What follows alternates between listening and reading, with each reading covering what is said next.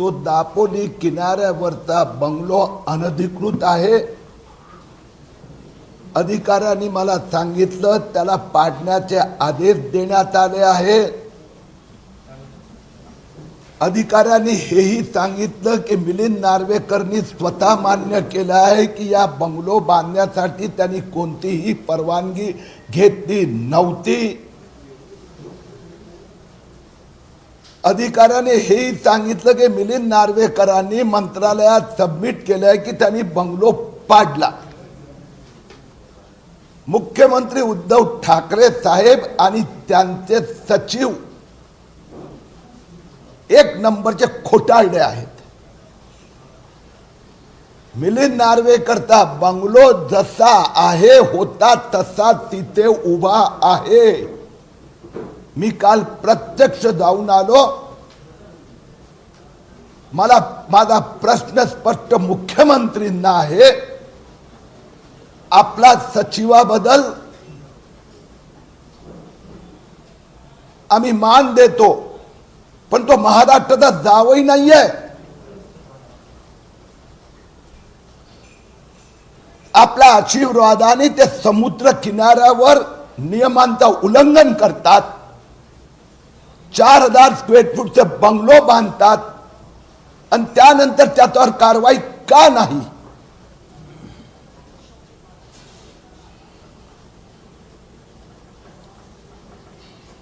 शिवसेना म्हणजे खंडणी सेना, ठाकरे सरकार म्हणजे वसुली सरकार। याचा एक आणखीन उदाहरण,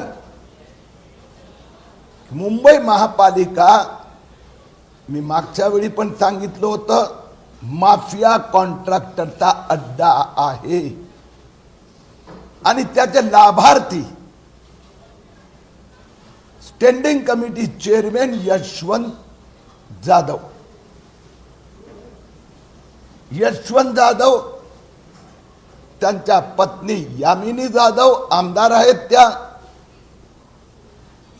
मला सरळ त्यांना प्रश्न विचारायचा आहे, प्रधान डीलर्स प्रायव्हेट लिमिटेड ही जी कंपनी आहे त्याचा सोबतचा आपल्या आर्थिक व्यवहाराची आपण स्पष्टता करणार का? आज मी आपल्या समक्ष एकच उदाहरण देतोय। यशवंत जाधव परिवाराने हवाला ट्रान्झॅक्शननी आपल्या परिवाराची युनायटेड अरब अमिरात UAE येथील सिनर्जी वेंचर्स आणि सैफ झोन शारजा या कंपन्यांमध्ये जो पैसा गुंतवला, या कंपन्या यशवंत जाधव परिवाराचा आहे, UAE मध्ये रजिस्टर्ड आहेत। तो पैसा हिंदुस्थानातून ट्रान्सफर करण्यात आला आहे।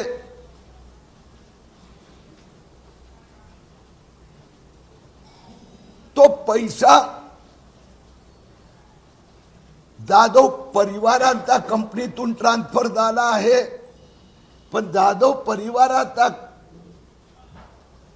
बँक अकाउंट मध्ये हा पैसा प्रधान डीलर प्रायव्हेट लिमिटेडनी जमा केला आणि प्रधान डीलर्स प्रायव्हेट लिमिटेड ही कोलकाताचा मनी लॉन्ड्रिंग करणारी कंपनी आहे। प्रधान डीलर्स प्रायव्हेट लिमिटेडचे मी 2-4 उदाहरण दिले आपल्याला, 2-3 कंपन्यांची नावं दिलेली आहेत। स्कायलिन कमर्शियल, सुपर सॉफ्ट सप्लायर, दुसऱ्या 1 डझन कंपन्यांची नावं मी आपल्याला जे एनेक्स्चर दिलेले आहेत त्यात जोडलेलं आहे। Amrut Sai suppliers, Ashtavinayak traders, Kalavanti Vanijya, Sukarma commerce private limited, Pranesh traders private limited आणि या कंपनीचे जे डायरेक्टर आहेत चंद्रशेखर राणे, कृष्णा तोडी, नंतर जो प्रधान डीलर चालवणारा जो मेन माणूस आहे मनावर, त्या मानवर याचा विरोधात इन्कम टॅक्स आणि ईडी मध्ये अनेक खटले प्रलंबित आहेत. मानवरचं पूर्ण नाव आहे प्रेस नोट मध्ये.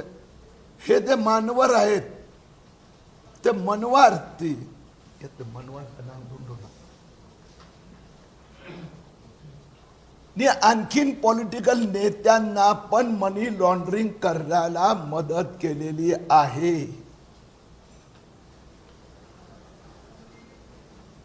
या मनावरनी इन्कम टॅक्स आणि ईडी मध्ये मान्य केलं आहे की तो शेल कंपनी काढतो कोलकातामध्ये, त्यात लेअर उभी करून पैसे ट्रान्सफर करतो आणि यशवंत जाधव परिवाराचा कंपनीत चेक देतो. मला यशवंत जाधव आणि यामिनी जाधवला प्रश्न विचारायचा आहे आणि उद्धवजी ठाकरेंना प्रश्न विचारायचा आहे. हा ते त्यांनी काळं तर पांढरं केलं, तर त्यांनी जे काळं केलं होतं तो काळा पैसा आला कुठून? हा पैसा मुंबई महापालिकेचा माफिया कॉन्ट्रॅक्टरचा आहे. हा पैसा कोविड मध्ये जे कॉन्ट्रॅक्ट देताना महापालिकेचे सत्ताधारी पक्षांनी जे घोटाळे केले होते, हा तो पैसा आहे. या मनावर पूर्ण नाव दिलेलं आहे. या संबंधात मी निवडणूक आयोग, आयकर विभाग, ईडी, कंपनी मंत्रालय, बेनामी प्रॉपर्टीज रेग्युलेटर या सगळ्यांकडे मी लिखित तक्रार केली आहे.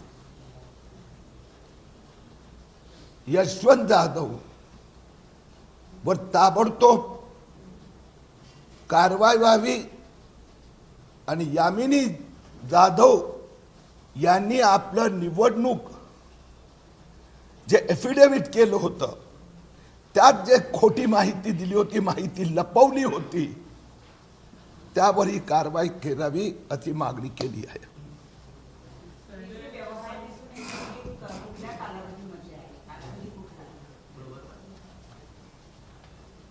हा 2018 ते 2020 हे जे इन्कम टॅक्स रिटर्न आणि जे दिलेले ते वर्तमान आहे आणि निवडणूक घोषणापत्र म्हणजे एफिडेव्हिट 2019 विधानसभा इलेक्शन म्हणजे फायनान्शियल इयर 2019-20 होणार. म्हणजे आता जे इन्कम टॅक्सचं प्रोसेस तुमचा माझा सगळ्यांचा 19-20 फायनान्शियल इयरचाच चालू आहे. म्हणजे it is to be taken as a current year. म्हणजे as per the declaration of the latest financial income tax return filed by Yamini Jadhav. हो आहे ना.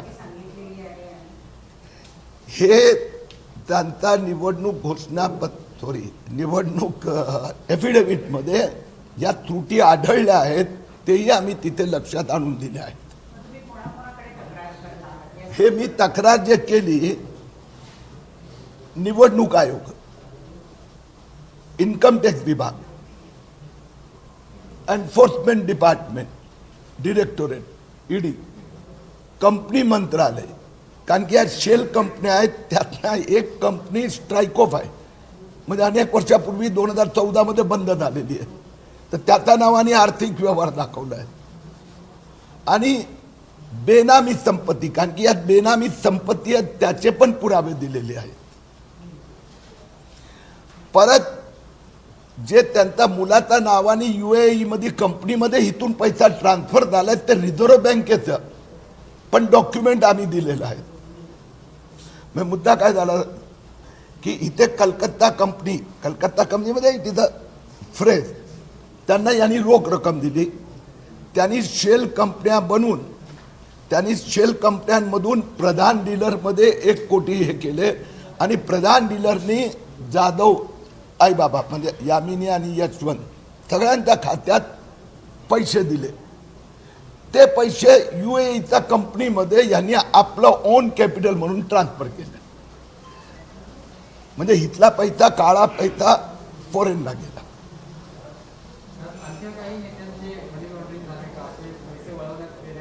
क्या बोल रहे बहुत नेताओं के मनी लॉन्ड्रिंग हुए क्या पैसे घुमाए गए किसी को ह्याच्यात ना ह्याच्यात मी तुम्हाला सोप्या भाषेत सांगतो. मनी लॉन्ड्रिंग म्हणजे काय? यांनी कॉन्ट्रॅक्टर कडून आलेला पैसा, अरे ते मनावर तर नाव आहे भैया, यांनी एकच सेकंद मी तुम्हाला नाव पण सांगतो.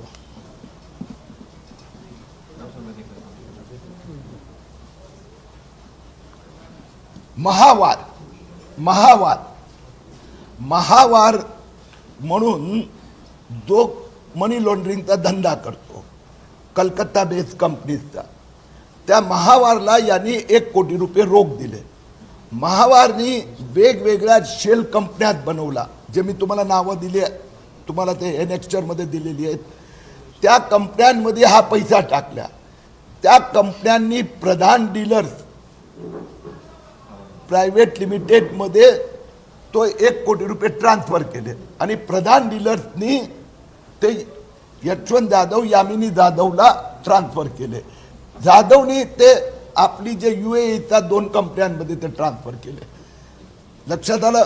मनी लॉन्ड्रिंग पण झालं आणि फॉरेन मध्ये भ्रष्टाचाराचा पैसा पार्क केला.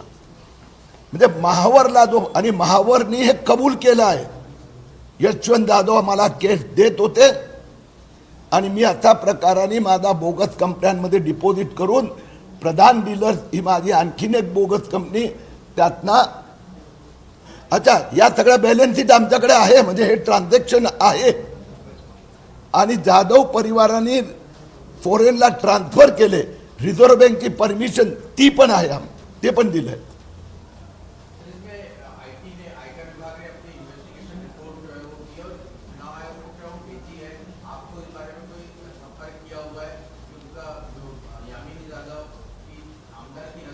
मैं ऐसा इस विषय को अलग अलग एंगल है, तो कोई एक एंगल उसमें यह है कि यामिनी जाधव ने अपने जो चुनावी एफिडेविट में गलत जानकारी दी, तो दैट इज वन एंगल. लेकिन मेरी शिकायत सभी डिपार्टमेंट में गई है. I am not restricting myself only to income tax, या सिर्फ उनका चुनाव रद्द करना तक मर्यादित नहीं हम. इसमें तो मनी लॉन्ड्रिंग है, इसमें तो फेरा का केस लागू होगा, इसमें तो एंटी करप्शन का लागू होगा क्योंकि महापालिका के कॉन्ट्रैक्टर का पैसा है. इसमें ईडी आएगा मनी लॉन्ड्रिंग के कारण, तो इसमें सब आएंगे. इसलिए मैंने सभी विभागों में कंप्लेंट फाइल की और मैं फॉलोअप भी कर रहा हूं.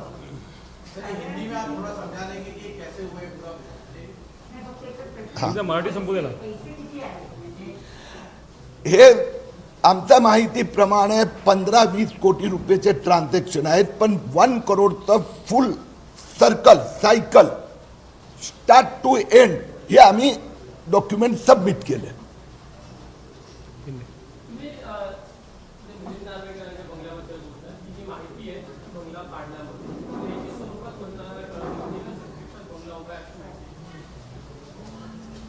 यशवंत जाधव ने भी अपने चुनाव म्हणजे निवडणूक फॉर्म भरला होता, पण महापालिकेला हे नियम अजून एवढे लागू पडत नाही. यशवंत जाधव ते पत्नी यामिनी जाधव आमदार आहेत. तिने आपल्या निवडणूक घोषणापत्रात जे एफिडेविट फाईल केलं त्यात जे डिटेल्स दिलेली आहे, त्यात त्या प्रधान कंपनीचं ट्रान्झॅक्शन आणि UAEच्या कंपनीचं ट्रान्झॅक्शन दिलंय. ते प्रधान कंपनीने आपल्याला पैसे कसे दिले, संबंध काय, त्यांनी दाखवलंय लोन आणि प्रधाननी दाखवलंय की त्यांचे पैसे मी त्यांना परत केले. आणि हे जे महावारने हे पूर्ण कबूल केलं, मला 1 कोटी रोकडे दिले होते आणि ती जी प्रधान कंपनी आहे सेल कंपनी आहे, त्याच्यात काही बिझनेस ट्रान्झॅक्शनच नाहीये. तर निवडणूक एफिडेविट मध्ये पण खोटी माहिती दिली. ते आता निवडणूक आयोग, इन्कम टॅक्स ते करतात, मनी लॉन्ड्रिंग ईडी करणार, बेनामी प्रॉपर्टी परत इन्कम टॅक्स मधलं बेनामी प्रॉपर्टी रेग्युलेटर्स करणार. आता वेगवेगळे मैं हिंदी में बता देता हूं. शिवसेना मुंबई महापालिका के स्थायी समिति अध्यक्ष यशवंत जाधव और विधायिका यामिनी जाधव परिवार ने करोड़ों रुपए का मनी लॉन्ड्रिंग भ्रष्टाचार किया है. उसमें से एक उदाहरण के प्रधान डीलर प्राइवेट लिमिटेड जो कंपनी है,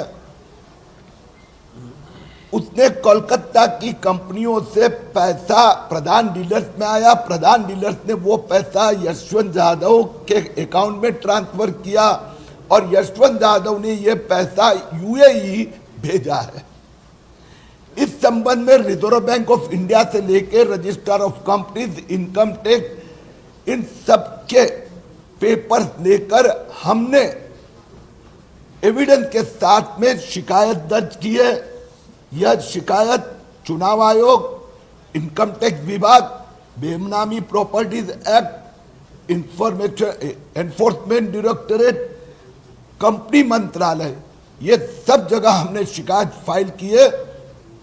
सिर्फ मनी लॉन्ड्रिंग नहीं है, पैसा गैर कानूनी पद्धति से फॉरेन यूएई में ट्रांसफर करना, वहां पर संपत्ति खरीदना, चुनावी घोषणा पत्र यानी इलेक्शन एफिडेविट में गलत जानकारी देना, इस सभी में इनका इन्वेस्टिगेशन शुरू हो. महावर करके जिन्होंने ये प्रधान डीलर तो दूसरी जो कोलकाता लगभग 17 बोगस कंपनी द्वारा ये पैसा ट्रांसफर किया है, करोड़ों रुपया ट्रांसफर किया है. महावर ने इस प्रकार के पैसे दूसरे भी राजनीतिज्ञों को ब्लैक का व्हाइट करके दिया था. ये सब उन्होंने कबूल किया है. अब यशवंत जाधव, यामिनी जाधव परिवार की ये एजेंसी ने जांच करनी चाहिए, ऐसी मांग हमने की है. Okay.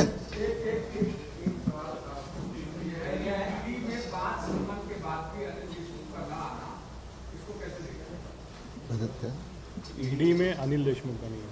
Sorry, Anil Deshmukh summons आने के 5 समन्स के बाद मी हिंदी आणि मराठी दोन्ही देतो. अनिल देशमुख ज्यांना पाहिजे त्यांनी वापरावं. शरद पवार, संजय राऊत, उद्धव ठाकरे आता कुठे लपले आहेत. आता सुप्रीम कोर्टाने अनिल देशमुखची याचिका फेटाळल्यानंतर अनिल देशमुख का ईडी समक्ष हजर होत नाही.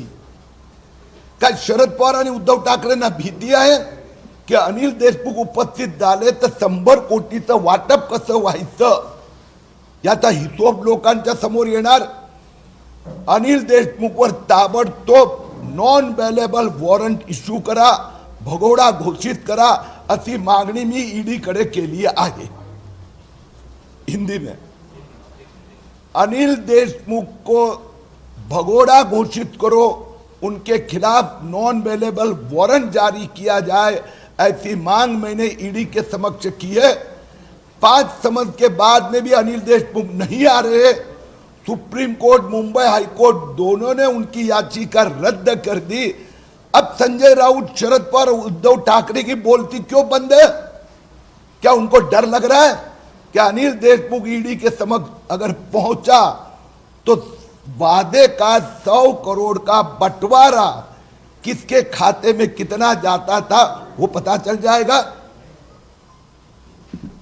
तुम्ही जो आरोप केला यामिनी जाधव आणि यशवंत जाधव त्यांची प्रतिक्रिया आली आहे. ते म्हणतात की आमच्या कुठल्याही शासकीय यंत्रणेकडनं कुणाकडनंही आम्हाला नोटीस आलेली नाही.